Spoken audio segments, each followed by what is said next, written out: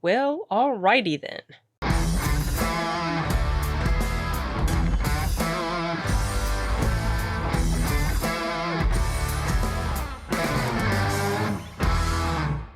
Okay, I just finished watching What Josiah Saw. It's a Shudder original. It just came out today, August, I think this is the 4th. And excuse me for the way I sound. I have been battling a kerfuffle. Fortunately, I'm better. It's just residual hangs around. I'm kind of bummed because I was planning to go see Bullet Train today originally. Oh my gosh. Doing it again.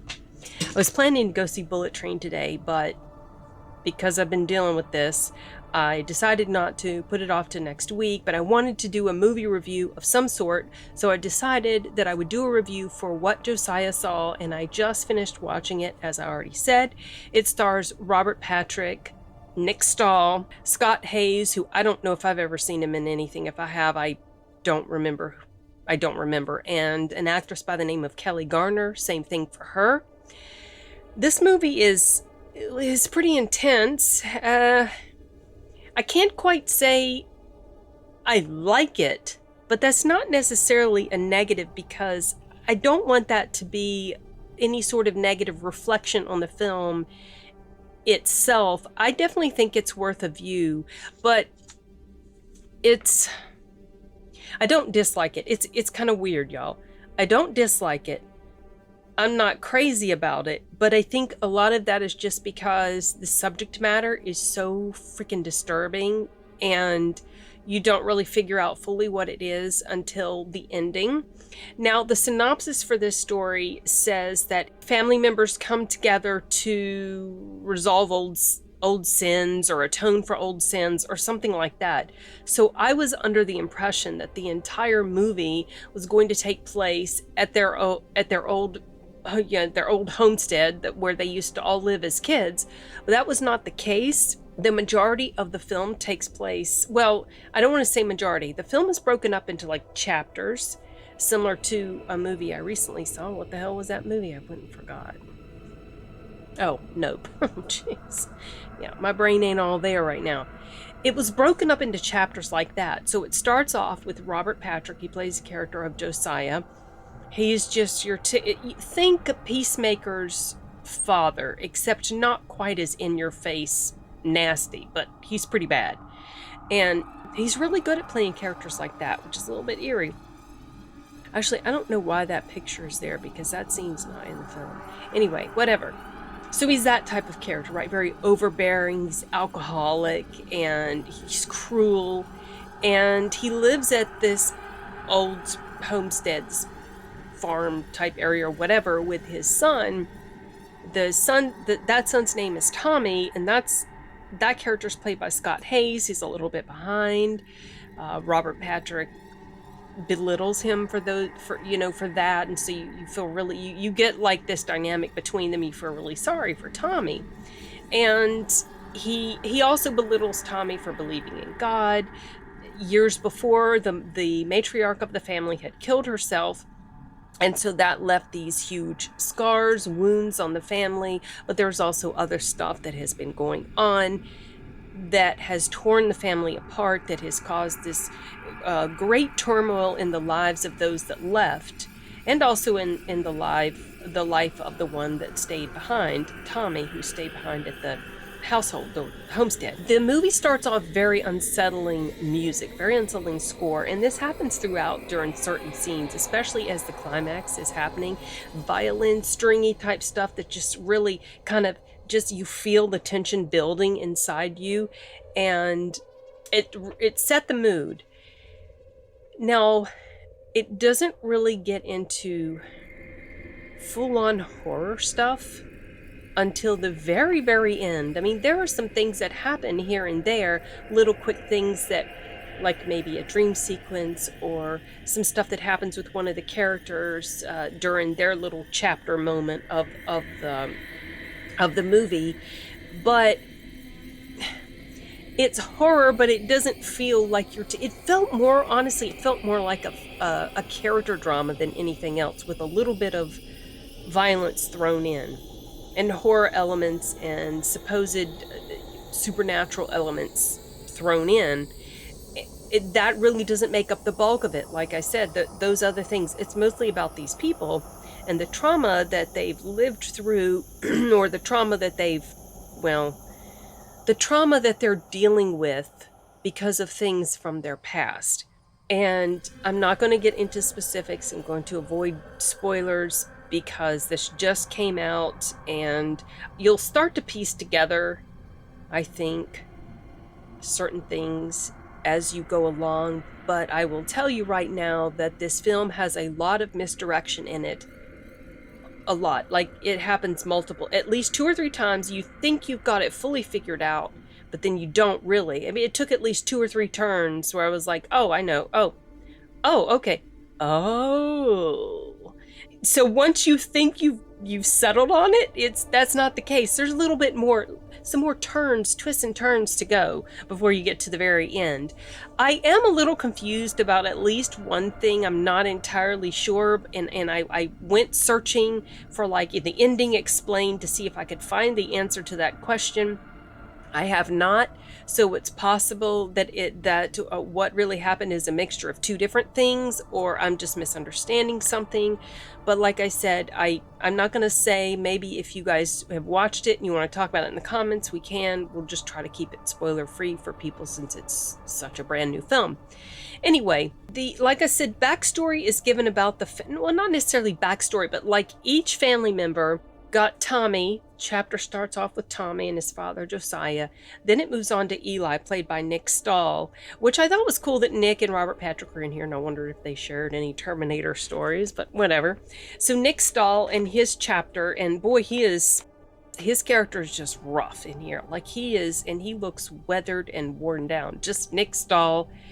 I don't know if that's him as an actor. I mean, I don't know if that's him, if he really looks like that, and he looks like his life has given him a beating, and I don't know how true it is, but I thought I had heard that he was having some rough times with like substance abuse. So I don't know if that's still the case, or if he was just really in character for this part he was playing.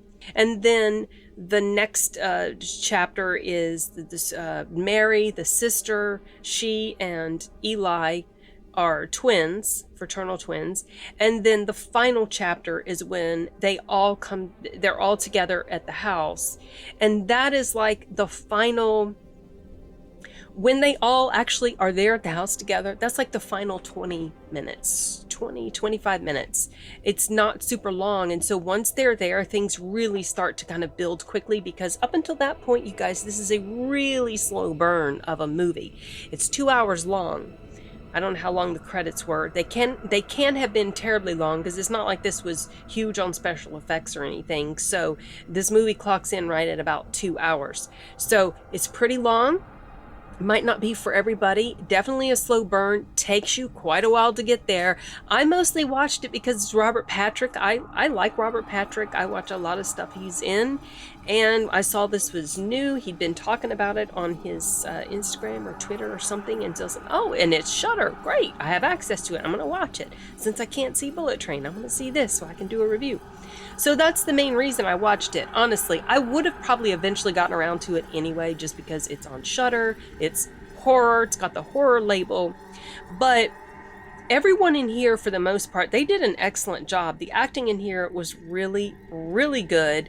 There was only like one of the actors, the girl, Kelli Garner, when her little story was going on, her little chapter, early on, until it gets to the point where, excuse me, I feel like I need to sneeze. Until it gets to the point where things get really, really super intense and other stuff is going on, and it's just like a focus on her, and there's like these sort of slow-moving interactions, not slow-moving, but like, like scenes that kind of take their time, and it's just like dialogue and nothing intense is going on. I don't know if this is a thing with the actress, or if it was the way she was just playing the character. It felt like it was the actress. Like, she would do this thing with her, she would do these different like motions with her mouth or put her mouth in certain positions. A lot of sucking on the lips and pursing her lips and holding her mouth a certain way. And I was like, she's either very aware the camera's on her and she doesn't quite know how to hold her mouth, or this is just how she's playing the character. I don't remember seeing her in anything else, though I'm sure I have because I recognized some titles she was in. But that was just like the only thing, and it was kind of like, it was irking me a little bit. But then as things went along, that either seemed to dissolve away as her character was caught up in other stuff, or I just stopped noticing things like that because I was just really drawn in and captivated by events as they were unfolding. So anyway, yeah, this is fundamentally a tale about abuse. I'm keeping it vague. Abuse in different forms and trauma as a result of certain things that happen in childhood, and sort of a commentary on things like sin and hell, burning in hell, things like that, atoning for sins, committing sins, and trying to think of what else I can say without giving too much away. Anyway, basically, it's stuff like that is why I kind of feel like this comes across more as a character drama. Even though I do like the elements of suspense and stuff that's thrown in, it really does not make up the bulk of this at all. A lot of that is more atmospheric, just the tone of the sound of the music and the eerie quality of things that are happening, but it's not like it's a Halloween or Friday the 13th. Absolutely nothing like that at all. So if you don't mind slow burns, if you don't mind Gothic style type of storytelling, because this is described as a Gothic horror, and if you don't mind disturbing subject matter, because some of the subject matter here is quite gross, and you'll know what I'm talking about when you get to it. At first, when this story started veering off into different chapters and it was delving into Eli's, and it goes into this trouble he's having with some like corrupt mob guy or whatever, and he goes off and he's like having some interaction with gypsies, and I'm thinking, what is this about? Why are we wasting time on this? But honestly, it does all connect to things as they play out further on in the story. So I really don't feel like there were many wasted moments in here. Even though it's long, it didn't really feel overly long as I was watching it. But looking back, I was like, wow, it really is long. But I felt like that it made good use of that time. It was important because you really get to know the characters pretty well, except for misdirections. Like, you get to know the characters pretty well. You think you get to know you think you get to know the characters pretty well, but you don't know them as well as you think you do until you get to the end. And then you're like, oh man, that is some effed up shit. To quote Nathan Fillion in Slither. Anyway, yeah, I'm looking through my notes here. I don't really have much more to say, and so I think I'm just going to go ahead and wrap it up here, and curious to know what you guys think if you get around to seeing it. And I would like to kind of go over some questions I have about this. Maybe by the time the weekend is over, some of those questions, or at least one of those questions, will have been answered. Or maybe not. Maybe it's supposed to sort of be open-ended and we're not supposed to have all the answers. But yeah, I think it's worth a shot if you like horror stuff, if you like disturbing character dramas. And I don't regret watching it. I probably won't ever watch it again. So I feel a little torn. Like I said, I don't really like it, but it's not because it's just the subject matter, y'all. At the same time, I didn't hate it, and I don't regret watching it. It's weird. It's hard to explain, and I can't really get into it without giving away certain things. So, yeah, that's it. I think that's like the second time I've said I'm wrapping it up, but I am wrapping it up for good, you guys. Adios.